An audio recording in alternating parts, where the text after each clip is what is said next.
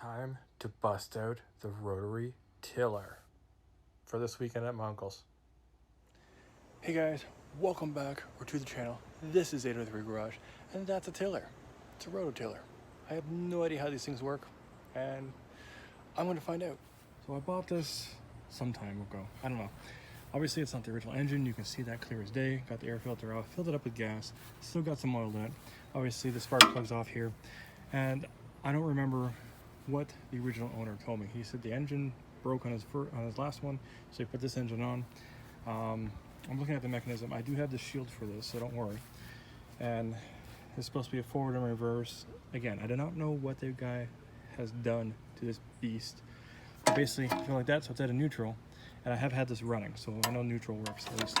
That engages the gear, and then you pull this, and then that's supposed to be reverse. And as you can see here, where the pulley goes. So I'm assuming it does work, because if you watch, so I'm going to go forward again.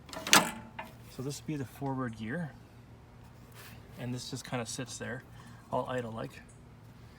Not sure about this thing here, what it needs there. Maybe there's supposed to be another one of these wheels, but if I put in neutral, this is loose, so that's going to be turned. This is the only thing that's going to be able to turn. And then when I put it in forward, the tensioner comes down, and then this is obviously the forward V-belt groove. Now, all this going forward, we have no throttle. I thought this would be the throttle. Kind of weird to have it all the way around to the front. And when I had it going, it was controlled. Well, I could only get any control from it idling via the choke. So I'm not sure which way it goes for choking on and off, but this would probably, to me, my knowledge, would be choke being on. That would be the choke off, and that's where I could get it to not run like a banshee. I do need to change the oil. Obviously it runs, and I'll show that momentarily. But I would love to get some sort of throttle response. And then the other thing that I don't like is this is the power on and off switch. So that's on, that's off. It does have a low oil sensor, so it will cut off when there's no oil in the engine. That's always nice to have. I've had to bypass these before. Basically it just grounds the ignition out. Yeah, so this is an ancient beast that does run with a modern-ish engine. Yes, I will demonstrate that. I want to change where this switch is and put it up here, so if it gets out of hand, I can just be like, done, it's off. So we're gonna probably do that. I'll probably use one of those big giant household decor switches. That way, and I'll mount it right up here. I won't do that today. Today I want to change the oil, and I want to play with it the way it runs, and I wanted to demonstrate the way these belts work. I went into straight investigation mode to see how the power on and the off switch cuts the engine. And then once I got there, I'm like, you know what? I could just mount this on the side of the handles, and I'd have full access to it. So that's what we're going to do. Now I'm looking at the engine here, checking everything out, and realizing that this would be a very simple process. I'm going to test it as I go just to make sure that my hypothesis is correct. And here we go. So I've just removed the on-off switches right here. It's right here now. I'm going to put it up on here so I can turn the machine on and off via, there it is, this guy. So this, see how this actually grounds to the machine.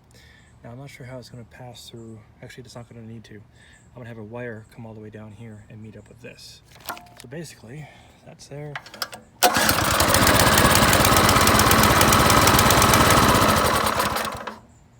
That grounds out the ignition and stops the engine. Upon looking at the size of the power on off switch, I decided to mount it, which would be easily accessible, so I wouldn't have to walk to the front of the engine to turn it off. So it's already safer. I haven't finished everything up to make it nice and neat, but now we have the on-off. So this will be on.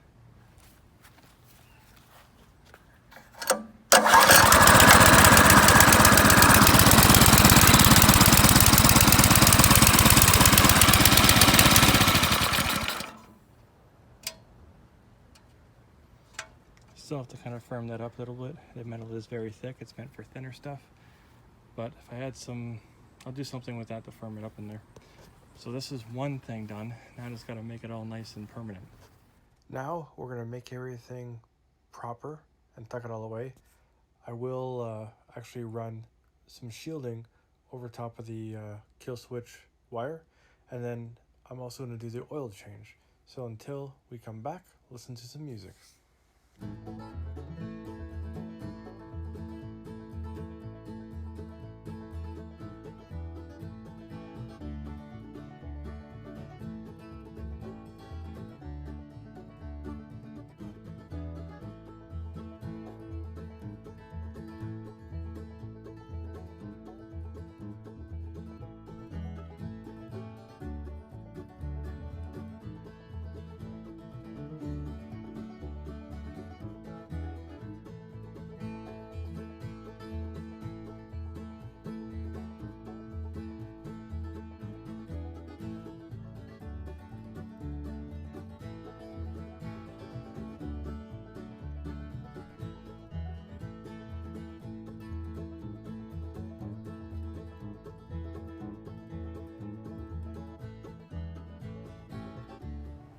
We just changed our oil.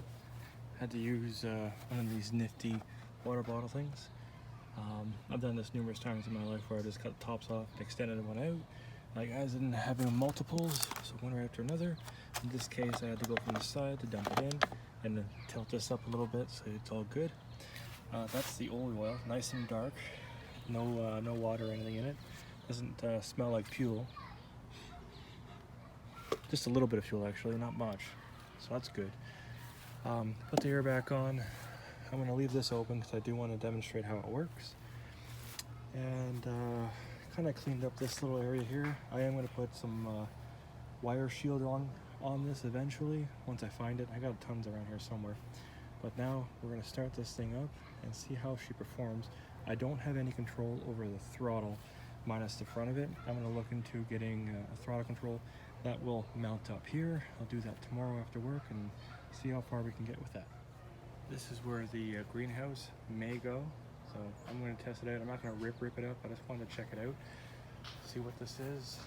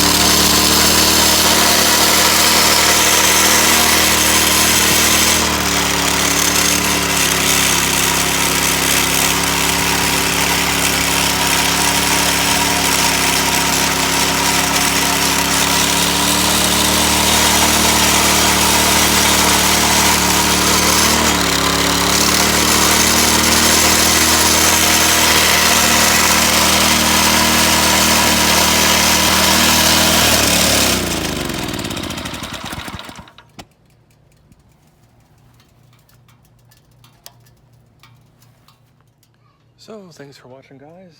We now have a working unit.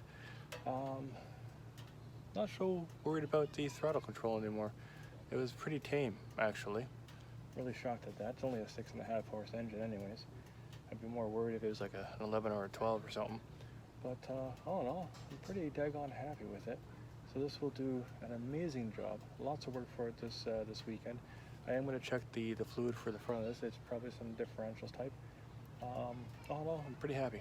So thanks for watching, guys. I will catch you in the next one. If you have any comments, concerns, any questions, leave them down below and I'll get back to you guys as soon as I can. As always, thanks for watching. Peace. Rototiller. But wait, there is more. So the top part here is where you would fill it, and then down here is where the gear oil is and or grease. But if you look, it's like sludge, and that's good. This is old school, so we'll just tighten that back up. And I'll open up the top one in a second. There we go, threads are aligned. So now we open up the top, right there. She looks good. So this would be grease. I was expecting it to be worse. This is not too bad. Obviously it's old, but back in the day, to my knowledge, grease was what was used to lubricate gears and whatnot. So we'll just tighten it back up and we're good to go. So this weekend, I'm gonna run it. Send it. Also, upon ripping up my lawn here, found this battery. It's a pile rechargeable NiCad battery. This is going to go into the recycling appropriately, not my backyard. So this is probably from a previous owner. It's pretty light, so it's obviously a no name of some sort. Anyways,